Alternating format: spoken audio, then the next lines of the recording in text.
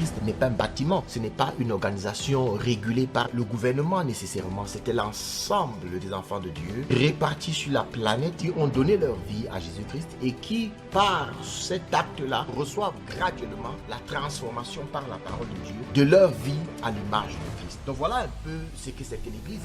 Cette Église a une forte responsabilité. Une fois qu'on a reçu Christ dans notre vie, nous commençons à fonctionner non plus selon les modèles humains qui sont imparfaits, mais selon le modèle divin qui sont parfaits. Le message de Christ est essentiellement le message du royaume de Dieu. Le royaume de Dieu, c'est l'expression invisible de la perfection du fonctionnement des nations sur la terre. Quand nous pensons royaume, quand nous pensons État, nous ne pensons plus seulement l'État sous la perspective des idéologies terrestres, mais nous pensons État sous les perspectives des idéologies célestes. Parce que la meilleure idéologie, la meilleure pensée pour le vivre ensemble d'une nation, d'une société, ne peut que se trouver dans la pensée de Dieu qui est révélée dans sa parole, la Bible. Je veux encore insister en disant que le silence de l'Église par rapport aux affaires de l'État est un silence coupable. Si l'Église n'a rien à dire sur les affaires de la famille, n'a rien à dire sur les affaires de l'État, alors elle ne sert à rien. Est-ce à dire que l'Église doit décider de s'ingérer dans le sens où ils veulent appliquer les lois du fonctionnement de l'Église aux affaires de l'État? Je dirais non.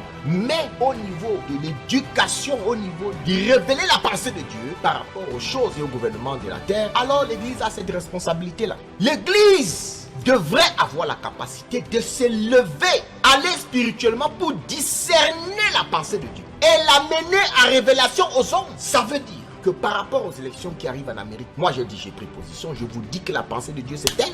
En 2014, 2015, j'avais dit que la volonté de Dieu, la pensée de Dieu, c'est que Trump gagne les élections en Amérique. Et j'ai mobilisé l'Église et les chrétiens pour que nous puissions non seulement prier, mais aussi poser des actions concrètes. Voter, parler, prêcher, mobiliser les gens, poser les actions afin d'amener en manifestation la volonté de Dieu. Pourquoi? Parce que je ne pense pas qu'un véritable homme de Dieu peut prier sans savoir la pensée de Dieu. Donc un pasteur qui pense qu'il n'a rien à dire en ce qui concerne le système gouvernemental, l'organisation de la société qui régit tous les membres de l'église dans laquelle il est pasteur, c'est quelqu'un qui n'a pas compris sa responsabilité spirituelle. Parce que avoir une responsabilité spirituelle, c'est une responsabilité vis-à-vis des institutions que Dieu a établies. La famille, l'État et l'église. Le message d'un homme de Dieu, je pense, devrait toucher ces trois institutions, la famille, l'État et l'église. Si nous n'avons rien à dire par rapport aux affaires de l'État, alors on ferme la bouche et on dépose notre toge. Oui, l'église est appelée à prier, mais je vais vous dire ce qu'est la prière. La prière, c'est l'art d'aller écouter de Dieu pour mieux agir. Prier sans agir, c'est le spiritisme, ce n'est pas biblique. Quand on va prier, c'est qu'on s'humilie pour reconnaître qu'il y a une intelligence supérieure à la nôtre, qu'il y a une sagesse supérieure à la nôtre.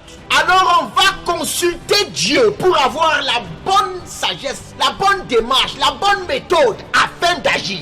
Il vaut mieux agir sans prier que de prier sans agir. Mais la perfection voudrait que nous agissions après avoir prié. Et quand nous avons prié, nous avons reçu la pensée de Dieu afin que nos actions soient en conformité avec la pensée et la parole de Dieu. Le silence de l'église est coupable. Le silence de l'église est coupable. C'est pourquoi l'église a validé depuis l'histoire les choses les plus calamiteuses que le monde ait connues. La traite négrière a été validée par l'église. Le racisme validé par l'église. Le silence de l'église. Pendant qu'il y avait la ségrégation en Amérique, dans les églises, il y avait une ligne, un fil. Les noirs restaient derrière, les blancs restaient dedans. Pendant des siècles en Amérique, l'église fonctionnait, ils lisaient la même Bible qu'on lit là aujourd'hui. C'est parce que l'église s'est soustraite des affaires de l'État. Si cette époque-là, les gens avaient compris leur responsabilité vis-à-vis des choses de la société, des affaires de l'État, ils allaient dire non.